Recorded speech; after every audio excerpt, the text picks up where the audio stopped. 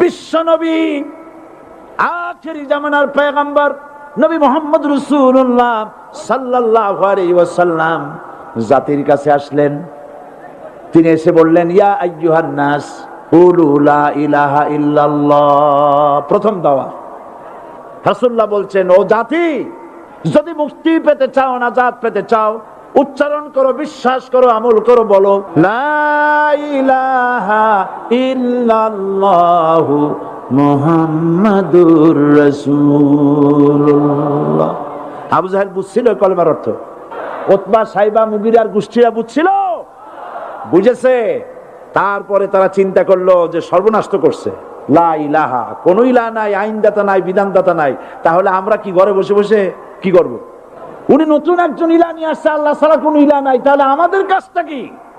প্রথমে তারা চেষ্টা করলো যে একটু দেখি নরম নরম ভাবে হয় নাকি। চলে গেল আবু তালেবের কাছে, আছে না হাদিসে, বললো, আবু তালেব, তুমি তো কুরাইশদের নেতা, তোমার ভাইয়ের ছেলে কয়টাই কি?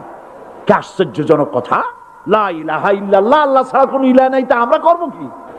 তোমার ভাতিজাকে বুঝাও লা ইলাহা ইল্লাল্লাহর দাওয়াত বন্ধ করে দিক, এর বিনিময়ে টাকা লাগে টাকা দেব, সোনা লাগে সোনা দেব, যত সুন্দরী মেয়ে চায় তাও দেব, নেতৃত্ব চায় তাও দেব, তবু যেন কালেমার দাওয়াত না দেয়। নবীজি যখন বাড়ি ফিরলেন, চাচা আবু তালেব নিজের কলিজার টুকরা সন্তান হযরত জাফর আলীর চাইতে তিনি ভালোবাসতেন কলিজার মতো করে মুহাম্মদ সাল্লাল্লাহু আলাইহি ওয়াসাল্লামকে। বলছে, বাবা, এমন কথা কেন বলো যাতে লোকেরা খেপে যায়? এই কথাগুলি বলো না, ওরা আমার কাছে এই সব প্রস্তাব দিয়ে গিয়েছে।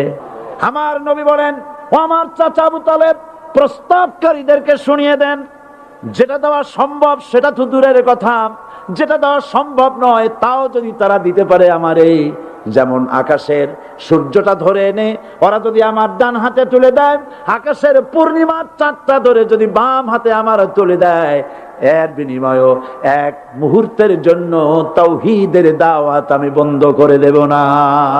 সুবহানাল্লাহ। রাসূল করিম সাল্লাল্লাহু আলাইহি ওয়াসাল্লাম তাদের এই প্রস্তাবকে যখন গ্রহণ করলো না, সাহাবায়ে কেরাম মার খেলেন। এবার স্বয়ং আল্লাহর নবীর গায়ে হাত তুলল।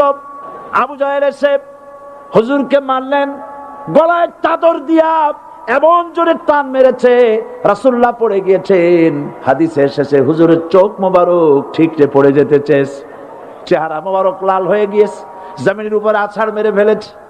রাসূলের এই অবস্থা দেখে হযরতে হামজা তখনও কাফের ছিলেন, শিকার থেকে এসে তিনি এই দৃশ্য দেখলেন, দাসীর মুখে শুনলেন, ছুটে চলে গেলেন আবু জাহেলের বাড়িতে।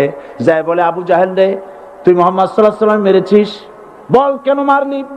আরে আবু জাহেল, তুই কি মনে করেছিস মুহাম্মদ সাল্লাল্লাহু আলাইহি ওয়াসাল্লাম তার পিতা আব্দুল্লাহ মারা গেছে বলে মুহাম্মদ সাল্লাল্লাহু আলাইহি ওয়াসাল্লাম এতিম হয়ে গেছে মনে করেছিস নাকি? জেনে রাখ, মুহাম্মদ সাল্লাল্লাহু আলাইহি ওয়াসাল্লামের পিতা আব্দুল্লাহ মারা গেছে, কিন্তু চাচা হামজা তো মরে যায় নাই।